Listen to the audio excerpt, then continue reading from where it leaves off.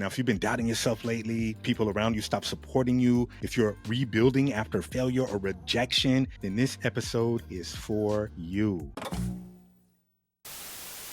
All right, I've got five real steps to rebuild your confidence. So the first step is to master the small disciplines. And confidence really starts with self-integrity. So I'm going over my notes, and one of the things that I wrote is that this means that you need to be doing the little things that you say that you'll do, even when no one is watching.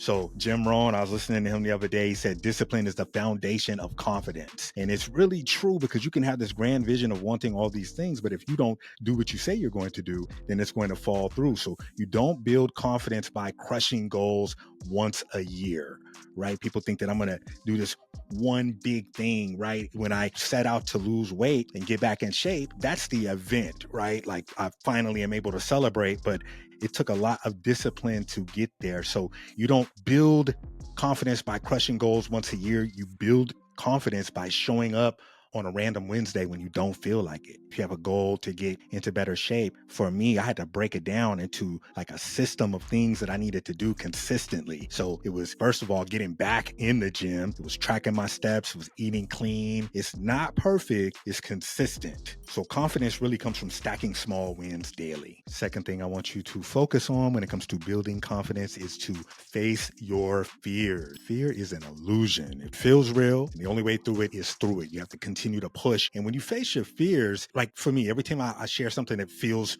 too honest or launch something new, there is a bit of fear that creeps in, it shows up. But I've learned that you don't want to wait until you feel ready to start. You just start. You act, confidence follows. And I'm telling you, consistency matters. You're not supposed to be fearless. You're supposed to act anyway. Now, the third way to build confidence is to invest in self-education. When you expand your mind, your world gets bigger. You start to see possibilities where you used to see walls and barricades, right? I started listening to books, podcasts, mentors, even short reels that actually taught something. So whenever I get online, I always make sure that I'm tuned into the correct frequency that I want to get on. I wake up in the morning, I'm blessed to get up, I'm focused on gratitude. So I want to spend my time, if I'm going to hop online, something positive is going to come up that's in alignment with that. And if it's not in alignment with that, I'm either hiding it or blocking it. The idea is that it helps to always be learning. One of my favorite quotes is, formal education will make you a living, but self-education will make you a fortune. So if you're feeling unsure about anything in your life, if there's a piece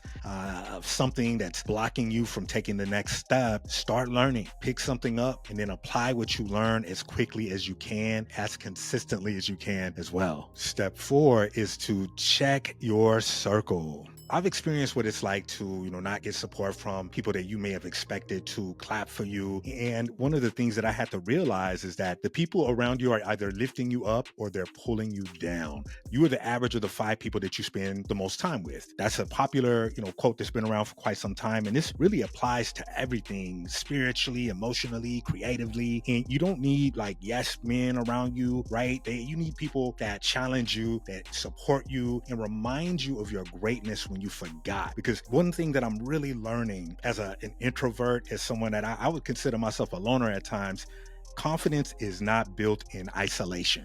It's built in community.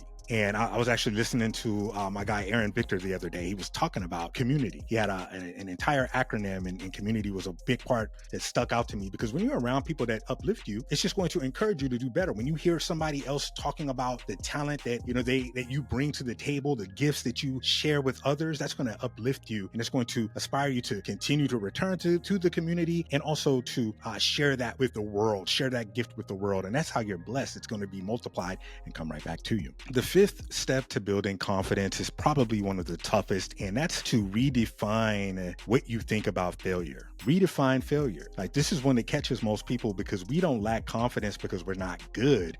We lack confidence because we failed and we're scared to fail again. But I'm going to tell you that failure is not the opposite of confidence. It's actually the fuel. One of my favorite quotes on failure is that failure is simply a few errors in judgment repeated every day. but that also means that success is a few disciplines repeated daily. I just made this post on Instagram and it says, "You are what you repeat." And it's a really dope quote because when you think about being disciplined consistently, at the end of the week, I talk about tracking your victories. You can track how disciplined you've been. And at the end of the weeks stack up. At the end of the months stack up. At the end of the year, you are where you need to be because you have remained disciplined. In the meantime, new opportunities are going to open up to you because you stayed disciplined consistently and you showed up daily. And if you failed, that means that you have made the attempt. That's all that matters. You've taken action. The real failure is in never trying again. So you don't need to be perfect, but you do need to keep moving. I know that as you go to build confidence and you go through your daily life, things are going to happen. You might start thinking all this crazy stuff. Maybe a negative thought pops into your head, but just because that negative thought pops into your head doesn't have to mean that that's reality. It doesn't mean that it's true. The failure is fuel to help you get better. So you've got this. Your week, your month, your year, you are going to crush it. If you like this video, please like and share with folks out there. The Art of Being Free, dropping new episodes every Friday. We're at 740 something subscribers. We're looking to get to 1,000, so please share this video. Until next week, this is your guy Freed with The Art of Being Freed, and I will see you soon. Peace.